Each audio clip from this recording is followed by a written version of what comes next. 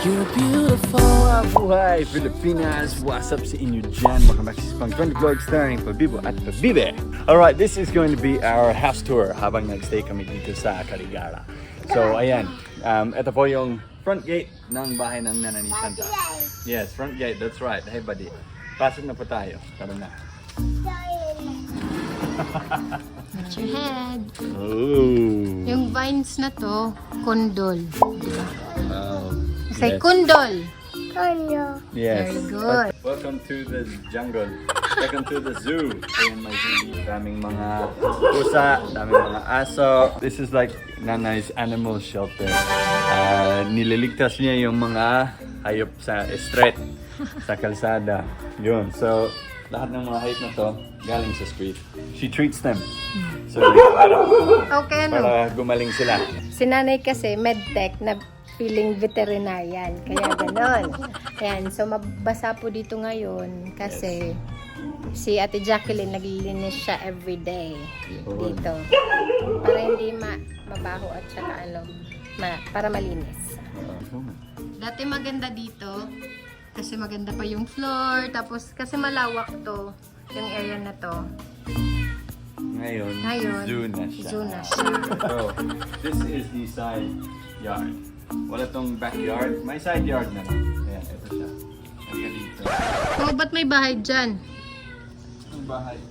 Bahay ng duwende. Ito yung halaman ni Nanay. Okay, we have different fruit trees and vegetables na tumutubo dito. Ayun. Meron busal, meron ganyan. May buko din. May buko tree din siya. May sinog dito. So, meron ditong gripo. May mga bulaklak. May ganyan. Gusto ni nanay pa-landscape to actually, pero wala na. Hindi na kasi na-busy na siya sa mga aso.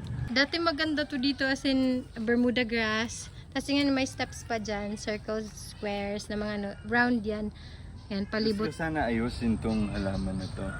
Para kay Nanay. Kasi sayang, no? Sayang. Like, may potential siya, pero... Hindi, dati talaga maganda talaga dito. Kaya may mga ganito kasi maganda talaga. May incinerator kami dyan. Ngayon kasi wala nang maintenance kasi nga busy na siya sa mga pag-aalaga ng hayop. Ayun nga. Napabayaan na lahat. Hayop daw. Yan. So, ito yung Ito yung pond. pond. Meron dyan. Dati, hindi pa puno ng water lilies. Ito, parang barge yan. Sumasakay kami dyan, ng Diba? mga barkada ko. Pinababayaan lang to. Kaya daming regrowth. Maganda yung view dito kasi all the way hanggang doon, mga palay. So, itong cactus na to sa likod ko, sobrang luma na siya. As in, lumang-luma na. Matanda na. Tingnan nyo. Ang daming bulaklak niyan. Yes, it's blooming na. Sa mga flowers na din. It's very tall. Alright guys, ito yung front door. Pasok na tayo. Let's go. Okay, dito tayo sa loob. The first room we're in is the piano room. Yeah, Nacho, you wanna play piano? Are we gonna play piano? Yeah, so this is the welcome area, I guess. It's just a tiny little room. Watch Nitro play the piano. And at saka nagluluto din sila ng rice dito. Dito sa part na to, pasok po tayo dito. Ayun, ready? May ibon dito na lumilipad. So we gotta be quick. Let's go. Oh, there he is. Look, it's a bird. See the bird? It's a birdie. Yeah. Siya yung may-ari sa room na to. Itong room na to medyo magulo. Pero ito yung Magulo talaga, hindi library ng Nanay ni Santa. Dati, music room to. Nandito Yes. yung mga pianos, 3. Pero ngayon, stock room na siya. Yeah, so we don't really come in this room. Ano storage room lang talaga siya. Ayan, so maraming books si nanay. Kasi yung, namin, mga ninuno namin, teachers. Ayun, meron akong picture dun.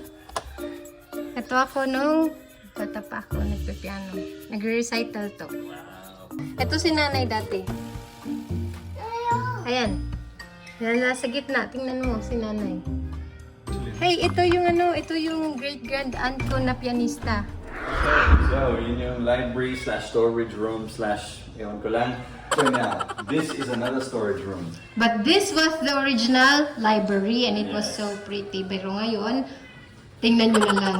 Ito siya. May ano dyan, may mumu. Sayang yung tiles hindi nakikita. Kaya sabi ko sa kanya, magmarikondo na siya kasi sobrang daming gamit.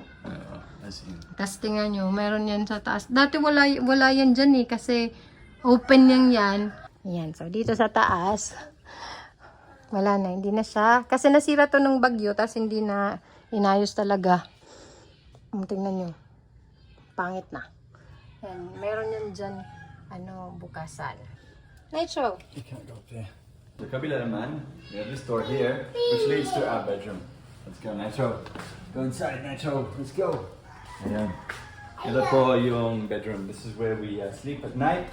Ayan. So, nung dumating kami dito for the first 3 nights. fingers. Nacho, don't touch the electric fan, please. Turn it off. Yeah. Dito kami natutulog for the first 3 nights. Hindi walang mattress yan. Kahoy lang yan. Natutulog kami sa kahoy. Pero masakit. Masakit sa katawan. Kaya bumili na lang kami ng mattress. Si Nitro, nagulat ako actually kay Nitro. Nakatulog siya sa kahoy for the first 3 nights. Dito naman ang CR natin. Pasok ka sa CR, mami. Ayun. CR. Medyo maliit. Filipino style. CR. Yung shower hindi gumagana. Kaya we shower out of the bucket. And nakabo. Diba, Nitro? Kabo. Yes. Kabo. Yes. That's right, kabo. In all fairness, dati, maganda talaga to. Kasi, nami-maintain pa. Tapos, ngayon, yung maganda na lang kasi high ceiling siya. Yes. Super high ceiling. Sobrang high ceiling. Ito ang kusina. Ito naman yung dining area. We have the mga kitchen utensils, mga cutlery. May ref na dito, behind me. Ito yung sink. Ngayon. So, ito yung kusina natin. Anong nangyari dyan? Tugma yung mga tiles, pangit yung tiles na binili, pangit yung tiles na walang, basta. Hindi maganda yung paggawa niya. So, ito. Dito. Dito, this is where nanay and yung bayo ko, they sleep, they stay. May CR din dyan. My bedroom and CR. Yes, bedroom tsaka CR. So, hindi po ito house tour, kundi living conditions namin. Ayun. Ito po ang kalagayan namin ngayon habang we work on saving money for our future. Ayun guys, maraming salamat sa panonood sa house tour ng bahay ng nanay natin.